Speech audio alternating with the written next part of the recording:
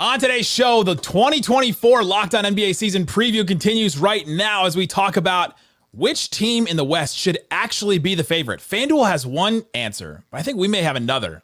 Today's Locked On NBA season preview right now. This is Locked On Podcast Network's 2024 NBA season preview. Your team every day.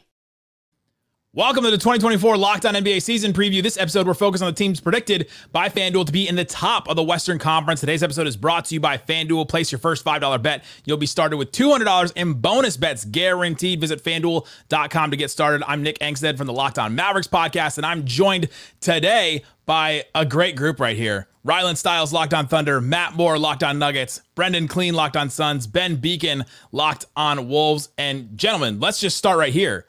Who should be the actual favorites in the West? Ryland, your Thunder are the number one team on FanDuel, both for championship winner in the West, like as of the West teams, and West Conference winner. Do they have it right? I think that they have it right in the sense of when you look at this team, they're one of the deepest teams in the NBA. They check all the boxes from a rotational standpoint, from a coaching standpoint. They have a top 5 player in the league, which you need to win a championship. And the odds are banking on Chet and J-Dub being ready to fill the shoes of a number 2 and a number 3 option, whichever one you want to put where, of what it takes to win in the playoffs, of those guys carrying offensively, which they did not do a year ago. I'm fully ready to admit that those two guys left a lot to be desired offensively in the postseason when things got tough against Dallas. It comes down to, are you going to gamble on those guys being ready or not in their second attempt? That's really tough to do. Historically, guys haven't been ready in their second attempt. So it's not a doomsday scenario if they're not. But if they are, then you don't really want to put a limit on this team.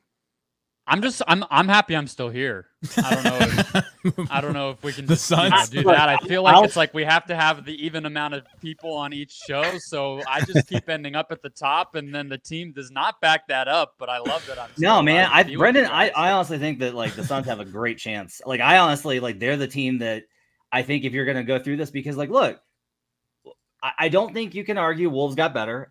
You cannot argue Nuggets got better. Right. So, and then like the Mavericks got a lot better as long as a lot of things go right. And so better in like, a way. I think OKC has like the highest floor and the highest ceiling. Like I have OKC right now at like 62 wins after dropping them down 3 tiers. Like, it's ridiculous how good they are in every facet of the game. They have to be the favorite in the Western Conference. Yeah, the Thunder are the only team that got obviously better, as you just said, Matt. Like, if you look at the best overall acquisitions of the offseason, like, I mean, you alluded to the Wolves got different. I don't know if they got better. We'll see. But it's going to be a different type of Timberwolves team. And like the Suns, you know, the primary change is the coach, right? Like, so if you're looking at the best moves, period, and which team also improved the most in the entire NBA, I mean, everybody seems to think the Thunder, which maybe is a red flag, but I agree, Rylan. I do think the Thunder are the favorite coming from a team that was in the conference finals, went further than the Thunder last year. I think that's pretty clear. Yeah, who is the team if it's not the Thunder? See, that's where we're going to fight. Yeah. Like this is where the brawl's coming. That's where we'll fight. That's why Rylan is between the two of us. Yeah. No, I'm trying to keep the peace. I don't think we are, though. I really don't think we are because I'm so high on the Mavericks. Like, I'm super high on the Mavericks. I have Luka winning MVP and then winning 55-plus games and then them losing in the second round. Well, that's the other part is, like, who's the favorite in the West as the team to come out of the West or the team to get number 1 in the West? Because I don't think I would pick the Mavericks to be number 1 in the West as much as I like what the Mavericks did and all that. Luka is going to miss his own games. He's out with a calf contusion right now. Kyrie is always going to miss some games. And, you know, Klay Thompson is going to be 35 in February. So I don't know if we're thinking about this team to be this iron horse. All right, we've got all these guys that are going to make this crazy regular season push. But we also haven't seen, like, the signature Luka regular season yet. You know, like we saw Dirk have like a 67-win season or, you know, another 60-win season. We saw that. And, he wins the MVP. We have not seen that from Luka yet. It's been so up and down for various reasons. Some of them not even, a lot of them not even his fault. But we have not seen that yet. And this is the deepest team he's ever had. So if it's going to happen, it could happen this year. But I would say the Mavericks are the favorite to come out of the West in the playoffs, but not necessarily in the regular season. Oh, so you guys are expecting just for all the random nonsense that happened last year to happen again. That's cool. Which nonsense? PJ Washington turning into Rashard Lewis for an entire series. landing against the Wolves because of a 20-point collapse in Game 7 of the Western Conference semifinals. You just leave an NBA player wide open in the corner? Is that like the Thunder? Like there's nothing they could have done about that? PJ Washington, who shoots 32% from 3 in the corner? Yes. He was great. I've now exceeded my time to talk on this podcast. I sat across from him at media day and I said, so there's a lot of people online that say you just turned into Ray Allen during the Thunderstorms, and his face just lit up so big. And it's usually not a good sign if they talk about that player that like helped you win that round. They're retooling his shot this summer, guys. I want to make sure like that's usually not a good sign of like that's how you won that series. But I mean, they had a lot of luck to get through the Thunder. That was a tough one for them. And if Tim Hardaway Jr. doesn't have like a 17-point game out of nowhere when he wasn't even playing, if PJ Washington doesn't go off the way he did, I mean, it's probably a different story. But also, Luka was hurt the whole playoffs. He was on the injury report every single game of the entire playoffs. He was not the same player. Yeah, but that's why I'm so comfortable putting the Thunder as the favorite, even though they haven't quite done it yet on the biggest stage. You look at that Mavericks series. They had a 20-point collapse in Dallas as just a young team who couldn't figure it out. For as bad as we can say that J-Dub and Chet were as the number 2 and 3 option, there was a 0-point differential in a 6-game series, which was a foul away from going 7 to the Paycom Center. And they had no backup center. They were absolutely obliterated whenever Chet was off the floor. Now they have Isaiah Hartenstein. Whatever you think of Hartenstein, he's better than Jay Will. And if the Thunder were incrementally better without Chet off the floor, they win that series for every hole you can pick into that young team. They go to the Western Conference Finals. They've gotten better without even adding in the Caruso aspect where they had to bench Josh Giddey and snap a 218-game starting streak to try to get better and start Isaiah Joe. Now you have Alex Caruso, who fits what Giddey tried to do 10 times over. It really does feel like the most likely scenario is we end up with I don't know if it's these 5 teams or if these are 5 of the 6 teams, but we're going to have at least 4 teams that are in the low to mid 50s wins. I'd be really surprised if anybody wins as many. What the Wolves won 56, which means OKC won 57, and Denver won 57 last year. I'd be surprised if anyone wins more than 57 this year. I know you said your projections about having the Thunder over 60. At 60. I just like the West is so good. Like you could also argue about teams that aren't even in this show today that could be in the top 5. And I think there's a lot of legit teams. There's a lot of depth on a lot of these teams too. Is it? I don't know. So the depth question is really interesting. I want to get thoughts on it because we had to kick the Clippers to the lowest tier of these preview groups and the Rockets. That's fair. Yeah, they're out. And like 3 of these or 2 of these teams and this group got worse. I am really curious about this question from all of you about the depth, except for Rylan, because they're just a phalanx of clones. Just like half their 5 guys are out. Don't worry, we have 5 guys just as good. But like with Nuggets, the drop off is significant. And you have to get through the NBA regular season with redundancy. And I feel like the Nuggets and the Wolves definitely got worse in depth. I think Mavericks might have gotten better with Quentin Grimes and Najee Marshall, depending on how you feel. And then like Suns, I think got better. But I am just curious about the depth component because that's such a big part of getting through the NBA regular season. Well, the regular season and the depth is one of the cases I would make for the Suns being in this group more than last year. I mean, they're coming off of 2 regular seasons that couldn't have gone worse. I mean, before they get Kevin Durant 2 years ago, everybody on the roster is on the injury report. He kind of saved their season in a way by his arrival. Last year, Bradley Beal plays half the season, and they don't even have a rotation of real NBA players. But even if they did, they weren't healthy either. Now you talk about adding Tyus Jones and Mason Plumlee and just capable dudes. They get Royce O'Neal last year. They keep him. To me, their ability to actually vie for, even home court in the first round, let alone anything beyond that, will go a long way. I mean, they didn't make the 6th seed until the last day of the season, and they had to go on the road in Minnesota and got smothered. So if they can be more competitive, I think that'll just help their overall status and all this. That would be the best push I would make for the Suns actually belonging here. And I would say on the Wolves side, like I would agree, Matt, that the overall roster, I think the ceiling is lower, not having Karl-Anthony Towns. I don't think there's any question. But I would actually argue that the depth when it comes to playoff time, and I actually think the Wolves will get off to a bit of a tough start. I mean, you can't trade your second best player on the eve of training camp and not have some challenges. And I think they could get off to a little bit of a slow start. I think the depth will actually play better in the playoffs, though, because, I mean, you traded essentially 1 rotation player. Obviously, it was a really good one in Karl-Anthony Towns for 2 to get DiVincenzo, who's a starting caliber player, and he's going to be, 6th, 7th, 8th, however you want to rank Naz Reid, and I guess he's not 8th, however you want to rank Naz Reid and Dante DiVincenzo. So the top 8 is as good as anybody in the league. I would argue that. Then it gets a bit dicey because of the Rob Dillingham question, a 19-year-old that's 160 pounds, like how much can you rely on him? Joe Ingles is 1,000 years old and clearly got a little bit worse last year in Orlando, but he can still shoot. So like if he's going to fill the slow-mo role that you lose him to Golden State, that might be a little bit dicey. But if they start to click a little bit, like come March, April, May, I think the top 8, which is really what you need in the playoffs, is actually probably better than last year, given, assuming relative health. And also nobody really talked about how Karl Anthony Towns was hurt during the playoffs. He came back after a meniscus injury in less than a month. We heard all about Joel Embiid the whole playoffs, but Karl Anthony Towns had the meniscus injury and played through it. And he wasn't 100% in the playoffs either. So I think the top 8 is really going to matter that time of year, even if early on in the season, the depth could be a little shaky and the kind of meshing everybody together, the newcomers could be a bit shaky too. Coming up, let's talk about the Karl Anthony Towns trade, which I guess should be called the Julius Randle trade in this group. Let's talk about how it changes the top of the West. We'll get into that and more coming up. Today's Locked On NBA season preview is brought to you by FanDuel. FanDuel Sportsbook has all kinds of props and odds and things that you can use to get in on the action. If you're an NFL fan, you can get a big return to start the season with FanDuel. It's America's #1 sportsbook. So if you get a hunch in the middle of a game, check out the latest stats, view live play-by-play, and so much more on the exact same page that you're placing your bets. And when you're placing your bets, put down $5. It's your first $5. You can get $200 in bonus bets. We were talking about who's the favorite to come out of the West. Well, the Thunder are #1 championship winner out of the West, plus 650. The Timberwolves after that, plus 1,000. Then the Nuggets and Mavs, plus 1,100. Matt and I going back and forth.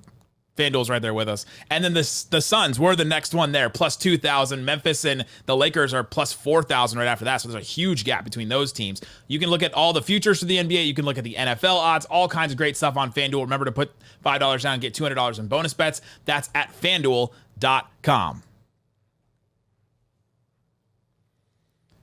The 2024 Locked On NBA season preview continues. A reminder, you can get daily coverage of your favorite NBA team by subscribing to the Locked On podcast. All of us host daily shows. That's what we do. We also have an NBA show that covers nationally with Locked On NBA, NBA Big Board, and the great Locked On Fantasy Basketball. Gentlemen, let's talk about how that Karl Anthony Towns trade, the Julius Randle trade, however you want to view it, how does that change the top of the West? Ben, let's just start with you. You think that the Timberwolves may not have gotten better. Why doesn't Randle and Dante DiVincenzo make the Timberwolves better? It's just a clunky roster fit, specifically with Randle. He's got to have the ball in his hands to be effective offensively, and so does Anthony Edwards. And, well, the best version of Cat offensively is that. I mean, he was a super capable catch-and-shoot guy. Have him on the floor and Ants on the bench, stagger them a little bit. I don't think they did that quite well enough during the season last year.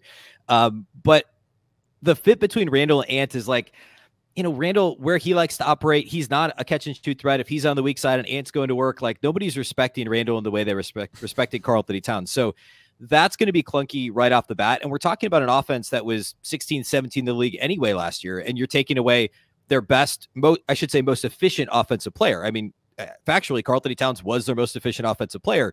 So, there's certainly going to be some it's going to be a bit clunky is I think the best word. Now, Randle does get to the free throw line a bit more. He can punish mismatches much better than Karl Anthony Towns. That was one of the biggest issues in the playoffs with Cat is you could put a small on him and he would get an offensive foul or the Wolves wouldn't even find him. And it was just messy. Randle's going to dominate mismatches. Randle can, I think staggering him and Ant will be even more important this year because Randle needs some space to operate. Ant needs some space to operate. So I think it could ultimately make, as I said earlier, the top 8 better because if you start Randle, but certain games Naz is closing and Randle plays the non-Ant minutes when Ant gets a rest at the start of the fourth quarter, whatever. I do think it long-term could work out pretty well. I really think Dante DiVincenzo is what makes this a possible good thing for the Wolves because it gives them that additional depth, a shooter to replace what you're losing in Cat. I just worry about the fit offensively when Randle and Ant are on the floor together. And also disrupting what worked pretty well last year. So I said this earlier, I think the ceilings may be a little bit lower for the Wolves this year. I'd be pretty surprised if they won 56 games again, but it could turn into a top 3 player this season. And then it doesn't matter. And then the trade looks like a stroke of genius because Ant's that good. I mean, that's where that variance comes in. Most likely scenarios, it's still a 50-52 win team, but I just don't know that the most likely scenario is quite as positive as it was before this trade. Ben, what was by the way, when Nick said like this is now, I guess this is now a Julius Randle trade, it's actually the Dante DiVincenzo trade. Like that's actually, But what was like the first thing that you said when you saw the news, whether on your phone or your computer or whatever? What's like the first thing that came out of your mouth? The first words were really not now. The first thing I said, like, why, like, or maybe it was why now. It's something about like why now, because like I had been saying on the show for a long time, like I thought it would happen next summer, because like to me that's when obviously you're paying the luxury tax this year, but you know, like whatever, you went to the conference final, so I figured it was hey. Yeah, well, right. Yeah, the ownership change, obviously. I don't really want to get into that, but like, what happens next? If the Wolves get off to a bad start, I thought maybe it happens at the deadline. Say they're like 5 over 500, and they're like, screw it, let's just blow it up now. That was a possibility. Or next summer, unless you win the finals, then you trade him next summer. But I'm sure what happened is the Knicks were. It sounds like Knicks were pounding down their door, wanted to get it done. Eventually, DiVincenzo's included, and the Wolves say, fine, we're kind of sort of selling high anyway on Cat, because once the extension gets that much more expensive, and who knows what happens this year, maybe he doesn't play quite as well. He's coming off a playoffs where he was really good defensively, which I'm sure helped with Tibbs to convince him, you know. So I think it was more the timing of like his stock's not going to be higher next summer than it is now. And, you know, we save some money and a little bit of flexibility in the long term. As the person who covers a team that Minnesota eliminated, I think that they scare me less from a Sun standpoint. Yeah, they do. I mean, like, they're just smaller. I mean, that's kind of one of the facts of it, kind of no matter how you slice it, even if, you know, maybe Naz Reid takes a step forward and he's closing games, or maybe they're a little more versatile and athletic with DiVincenzo closing and McDaniels at the 4. I do think that their size gave the Suns issues. So, I mean, you know, again, I guess not to pull this in a Suns direction, but I look at this and the Suns, I think, match up decently well with 2, maybe 3 of these teams. I don't want to talk about Oklahoma City. I'm just going to pretend like Ryland's not here, because the Suns couldn't do anything against Oklahoma City last year, but that's another kind of thing. The Cat trade creates another squad in this group that I like Phoenix's odds against. So that makes me feel pretty good too. They just don't have those Naz Towns lineups either, dude. Like those are the ones that I thought that like the Mavs didn't struggle too much in the playoffs, but in the regular season they struggled a lot against those. Cat was so good defending also in that playoff series. Like I think KD thought he was going to be able to eat, and he had a really hard time in a lot of those matchups. He kept up with them. Yeah, he did a really good job. Look, I haven't checked on this with Nuggets folks, but I'm pretty sure the Nuggets front office group chat was just like a series of celebration and gifts when that trade went through. Like, thank God. Now, what I think is really interesting, and nobody's really talking about this, but there was already reports that both Detroit and Atlanta had interest in Randall before the deal.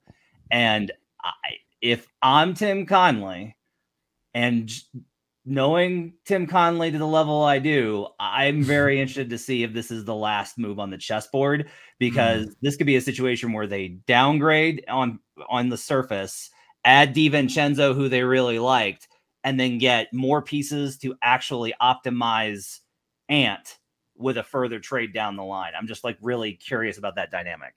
Yeah, that's entirely possible. The other thing that's so weird here is that it was weird in the first place. It's like a weird challenge trade between 2 finals contenders that, you know, each trading their second best player from last year. Like, I mean, the timing on that's weird too, because Randall's got the player option next year. So assuming there's not an extension in the works, which I would be shocked if they did extend him, you know, is it a deadline move for a team that should be a finals contender where you're trading the guy who's supposed to be your second or third best player? Like that, I don't disagree. That's entirely on the table. And Tim Connolly's always a couple steps ahead. So it's entirely possible. The timing ever for a team that's this good is tricky. The real question from this trade is, did the Thunder go from having the best small ball lineup with no big lineup to the best big lineup and the best small ball lineup in the Western Conference? Ryland just holding it over everybody. He sat there the whole segment. He was like, I'm getting this in. It's like, yep. How do you want to get beat? What's the big lineup? What's the small lineup? Well, if you want to go big, I mean, you could go ultra big if you're Oklahoma City. Given how Caruso can defend 1 through 4 and really scale up defensively, you could do Shea, Caruso, J-Dub, Holmgren, Hartenstein, and like get huge across the board. And then if you want to go small, we know how great the Thunder are playing small ball. So like that's the big lineup if you really want to go extra big, jumbo sized. There you go. That's how the Cat trade changes the top of the West. Coming up, Let's talk about the Nuggets. Did their title window close? Matt rolls his eyes. We'll talk about that coming up. Today's episode of the Locked On NBA's 2024 season preview is brought to you by Gametime. Download the Gametime app, create an account, and you too can go check out the latest sports, comedy, concert, theater. I've used Gametime to do all those things and to go to all those kind of events. Go check it out and see what is available for you in your area. I love that on Gametime, you can like wait until an hour before the event and buy your tickets, and the price will go down because they got to get rid of those tickets. You can also use the all-in pricing. You can toggle that feature. Make sure you turn it on up front so you can see exactly what you're going to pay at checkout. There's no surprise fees or anything like that. I use that all the time as well. Plus, the views from your seats. How many ticket apps now you click into it and it doesn't show you what your seat is? I want to know if I'm getting an obstructed view. Check out Gametime. Take the guesswork out of buying tickets with Gametime. Download the Gametime app, create an account, use that code LOCKEDONNBA for $20 off your first purchase. Terms apply. Again, create an account, redeem that code LOCKEDON NBA for $20 off. Download Gametime today. What time is it? It's game time. The 2024 Locked On NBA season preview continues. You've got a daily show that covers your team. Subscribe by subscribing to Locked On Thunder, Nuggets, Wolves, Suns, Mavericks, any of the other teams in the West that we don't care about. Go check them out. We also have Locked On NBA, Locked On NBA Big Board, Locked On Fantasy Basketball as well. Matt Moore, I posed the question, did the Nuggets title window close? You said at the beginning of the show they got worse, but you rolled your eyes at me when I said, did it close? Why did it not close? Like, we do this thing where it's like, oh, they're worse. Oh, so the title window is closed. The Nuggets have ruined Nikola Jokic's chances. It's time to trade Jokic. And it's like, okay, look, for NFL fans, you know how the Chiefs, they lose all their weapons and they don't have any receivers and everyone drops everything. And then it comes into the playoffs and you're like, do you want Andy Reid and Patrick Mahomes, or do you want Lamar Jackson and Harbaugh? Which of those do you want? Who's the Lamar Jackson in this group? Do you? It's the Mavs. Mavs. Come on, Gotti stats not that good. Wow, I would say it's Embiid, but he's not in this group. So the only thing here is I do expect them to be worse, but I do think when you get in the playoffs, it's about what team are you by the end of the season, and can you solve the problems in front of you? Like, that's really because we're in a parity era. Like, none of these teams, including in the Eastern Conference 64-win Celtics, none of these teams are on par with that Warriors team from 15 to 19. None of them. Like, this is not that era. We're in a parity era. And so, like, if you get into a playoff series, like, do the Thunder have a great chance to beat Denver? Absolutely. Can the Mavericks beat Denver? Absolutely. Can the Wolves beat Denver? We just saw it. Can the Suns beat Denver? I think yes. But it's like, at the end of it, if it's game 6 and it's an elimination scenario, how good are you going to feel going up against the Nuggets with Jokic? And the answer is you're not going to feel good at all. Like, you're just not. And so do I think the Nuggets are should they be the favorite? No, they should not. They're not as good, but the window's not closed. And I'm not going to be surprised at all if it's like, well, I guess we could just count the Nuggets out. And then the Nuggets are back in the finals. And that's just how it goes. It's matchups and all those types of things. And the Nuggets have the best matchup beater of any team in the West.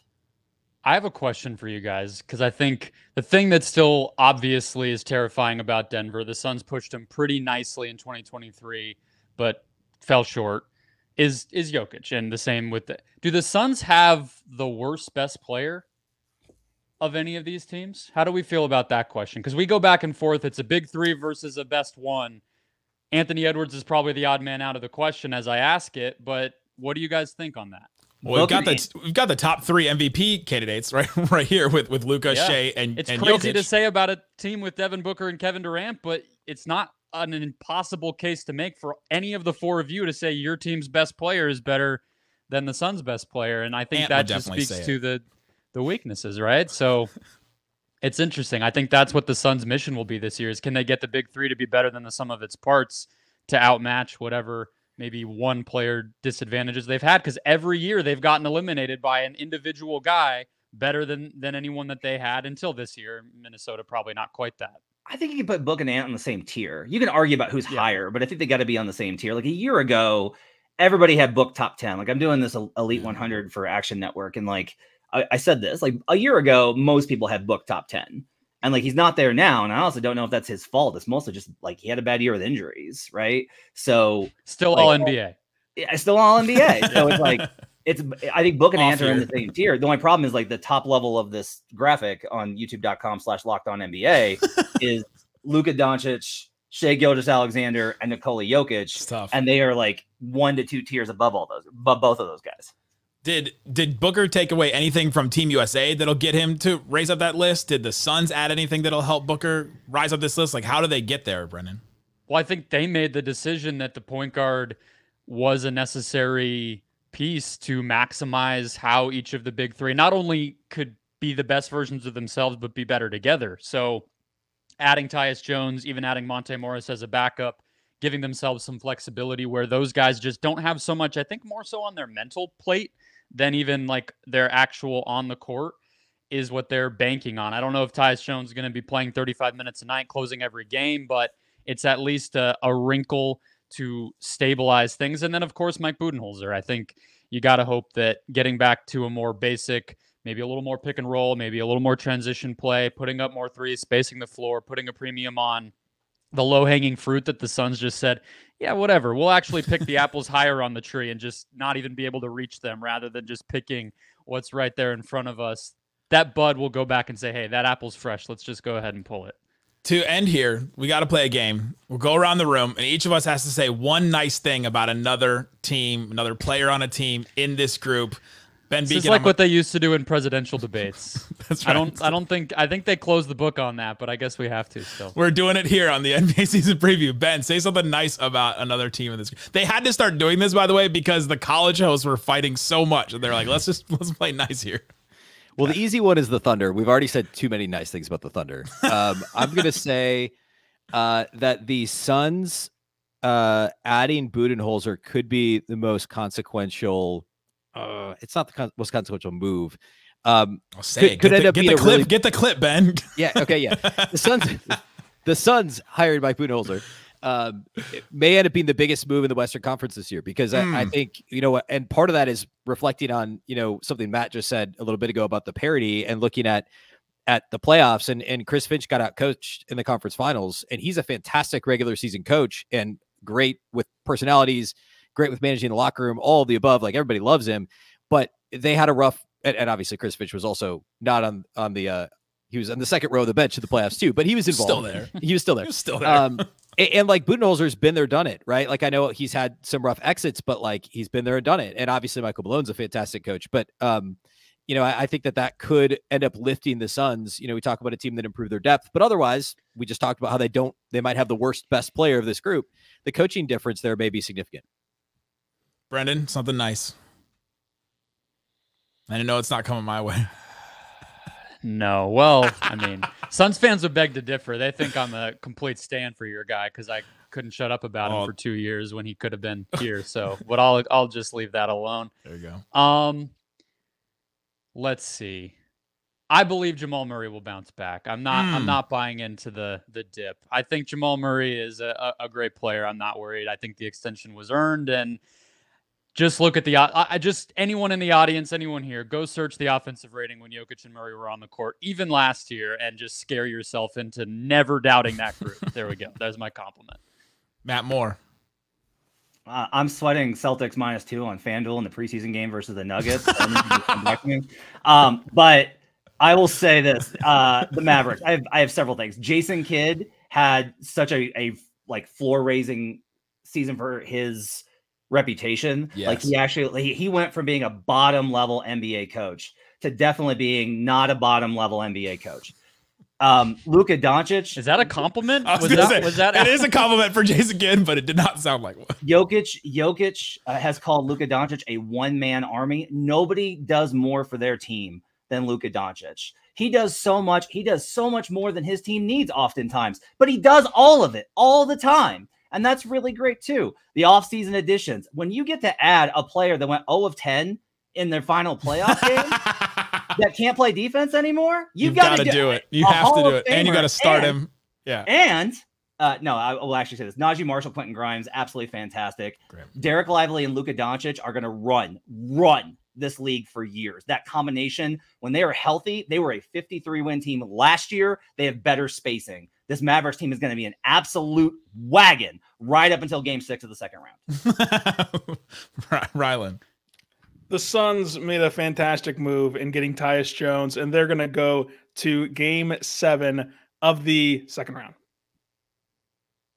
Just short. At least, hey, better they made it than one game farther than what mean, Matt thinks the Mavs are going to do. So. Rylan has every right to just completely bomb on the Suns. His team embarrassed on everyone. mine. On everyone. Yeah. I'll go Thunder because just the same way that Brendan's listeners at Locked On Suns think that he talks too well about the Mavs and Luka, the Mavs fans think that I talk too well about the Thunders. I'm going to do it anyway. The Isaiah Hartenstein move is my favorite move of the offseason. It was the exact player that they needed. Like, you watch that Mavs Thunder series, and you're like, they just need one more guy. Gafford and Lively are just doing a lot against them. They just need one more guy that can, be a connector on offense, that can also grab a rebound, that can defend the rim, that, Chet he is an excellent help side defender. And now you have two guys that can do those kind of things. And so I think the Isaiah Hartenstein move was one of my favorite ones. I was very jealous of it, but I was also like, man, good on the Thunder to just go out there and overpay a guy. Anybody